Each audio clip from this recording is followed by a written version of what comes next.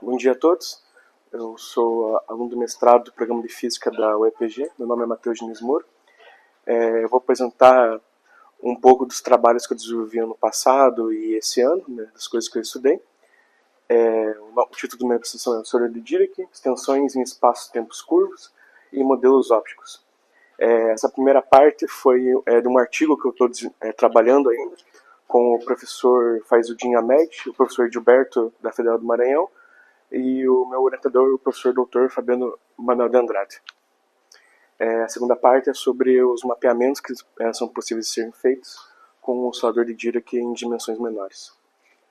Minha versão vai ser organizada dessa forma. Então, primeiro eu falar sobre o modelo oscilador de Dirac, em seguida como a gente consegue estender ele para espaços-tempos curvos, em especial um espaço-tempo liquidamente torcido com torção axial, e depois o mapeamento de como redução de uma dimensão espacial é possível fazer mapeamentos em modelos ópticos. Então, começando com a equação de Dirac para uma partícula livre, ela é dada por esse Hamiltoniano, que você tem esse produto entre as matrizes alfas e o problema momento linear. Também tem a presença da matriz beta, junto às matrizes alfa e beta, elas seguem a álgebra de Clifford, que é dada por essas relações de anticomutação. Esse cat psi, na verdade, é um spinor de 4 componentes. E também temos essa aqui, é a forma covariante da equação de Dirac. O oscilador de Dirac ele é um modelo que ele foi concebido para ser o equivalente da mecânica quântica relativística do oscilador harmônico quântico usual. Então, ele foi proposto primeiramente por Ito e colaboradores em 1967, e posteriormente ele foi estudado mais profundamente por Moshinsky e Spaniak em 89. Então, muitas vezes também ele é referido como oscilador de Moshinsky ou oscilador de Dirac-Moshinsky. Para obter ele, a gente precisa de duas exigências, que é o Hamiltoniano ele deve ser linear tanto na posição quanto no momento, e no limite não relativístico, a equação deve recuperar o Hamiltoniano do oscilador harmônico quântico, caso a versão quadrada dele. E quando a gente toma o limite não relativístico, a gente obtém daí a versão quadrada, um acoplamento spin-órbita e um termo de fase. O acoplamento spin-órbita ele se reflete daí, a direção spin-órbita é um efeito relativístico, então ela se reflete no limite não relativístico dessa forma. O Hamiltoniano dele dá dessa forma, em que a gente obtém ele quando a gente coloca esse acoplamento não mínimo no operador do momento linear, e a forma covariante dele é dada por essa equação. Eu coloquei as formas covariantes porque quando a gente for trabalhar com espaço-tempo curva é importante saber como elas são. Isso aqui. Então, começar primeiramente falando sobre a conexão de spin, a conexão de spin-off e as matrizes gama de Dirac e uma métrica curva. Os coeficientes de conexão usuais, né, da conexão Levi-Civita, são os símbolos de Christoffel, e aqui eles vão ser substituídos então pela conexão de spin. Esse é o nome geral que é dado, mesmo, porque geralmente quando você introduz algum tipo de campo fermiônico ou uma métrica curva, você precisa fazer correções nela através dessa forma. Então vocês podem ver que a minha conexão de spin ela é dada pela minha métrica, pelas tetradas, as tetradas inversas e os símbolos de Christoffel. Eu também, essa conexão de spin ela vai entrar na equação de Dirac e depois na equação do oscilador de Dirac através da conexão espinorial afim, que é dada por essa equação. Então aqui a conexão de spin e aqui o comutador entre as matrizes gamas curvas. As matrizes gamas curvas elas vão ser dadas por essa correção dada por essa tetrada inversa, em que a tetrada ela é tá mais para frente, né? A tetrada ela é esse objeto aqui, em que ela vai relacionar o espaço-tempo de Minkowski, vai relacionar o espaço-tempo curvo com o espaço-tempo de Minkowski localmente. Então, ela é uma nova base que é escolhida para o nosso problema para que a gente consiga fazer essa relação nova. Aqui é o elemento de linha que é do nosso problema, então você tem com a escolha do elemento da métrica de Minkowski para ser desse tipo, né? Menos, mais, mais, mais.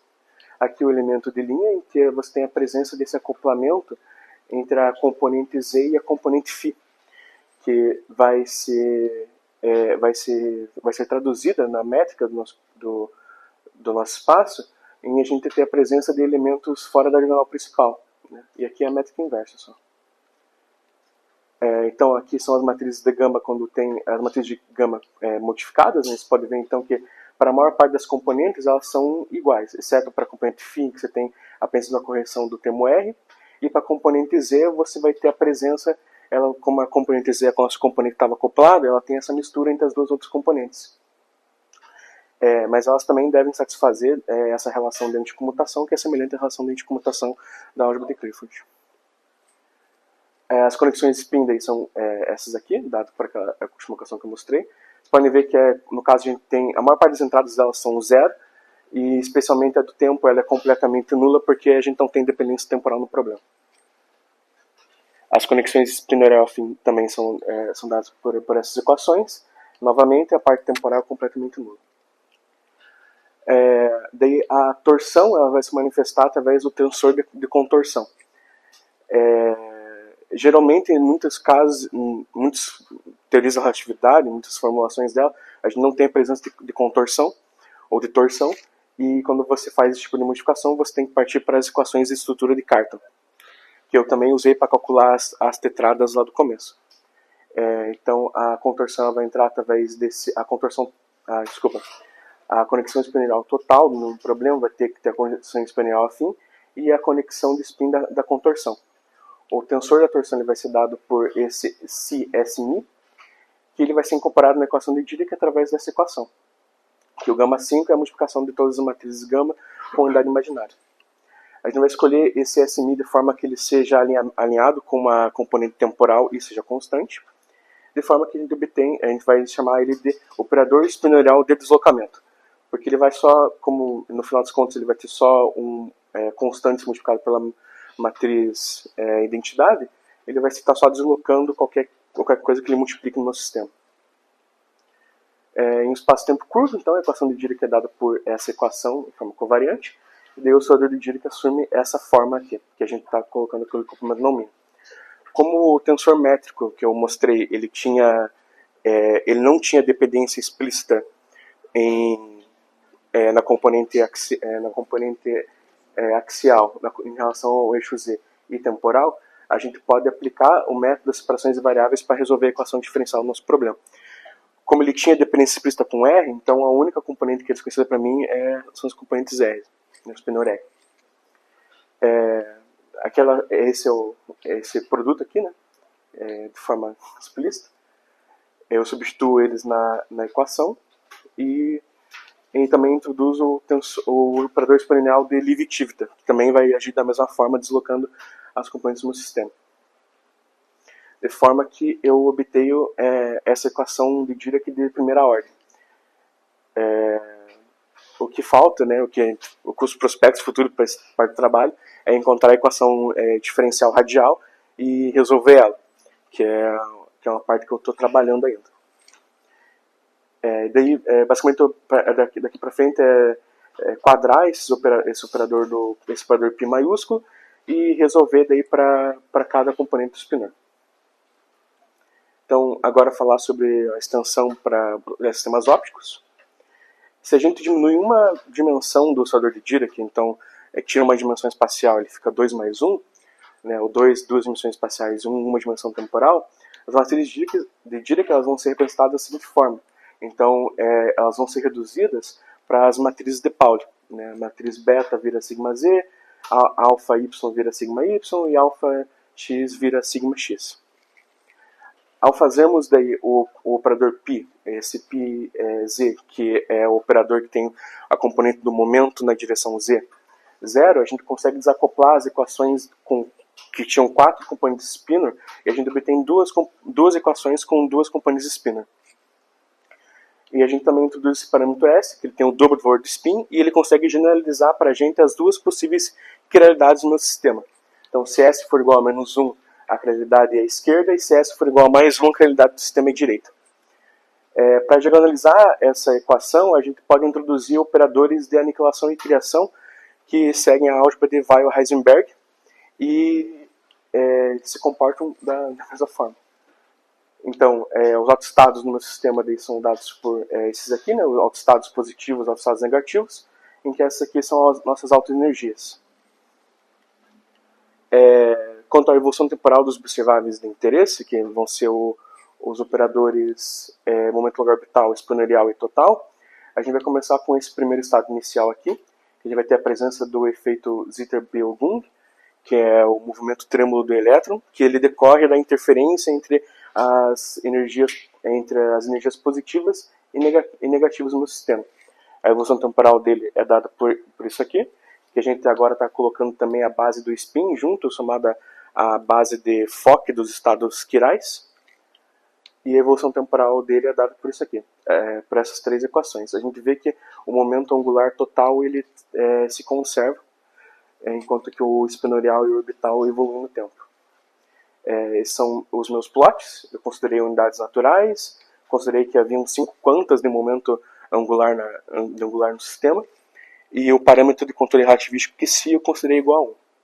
Aqui em cima. Aqui embaixo eu fiz uma variação com ele, não dá para ver tão bem, mas se verem acompanhar aqui, vocês vão ver que as oscilações vão diminuindo conforme o psi também vai diminuindo.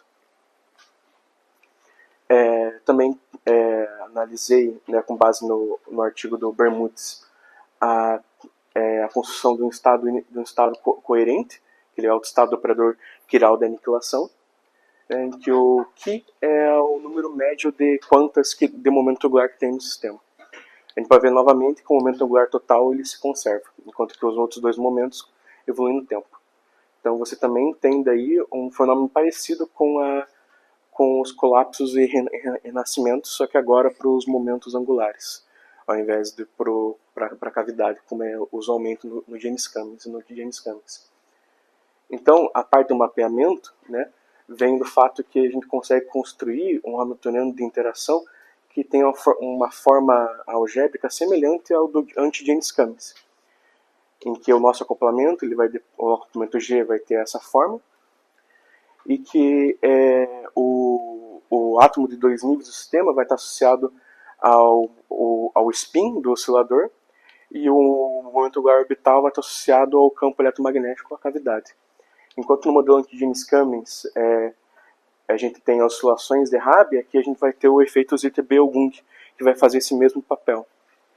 E também outra questão é que, como eu tenho a conservação do momento angular orbital total, o momento angular total do sistema, ele vai se manifestar, por exemplo, no anti-Janus Cummings e Janus Cummings, como uma conservação do número de modos da cavidade. E se utilizássemos um comprimento mínimo diferente, com uma frequência trocada, a gente teria um mapeamento então, no modelo Janus Cummings. Então, a conexão é feita tanto para os dois sistemas.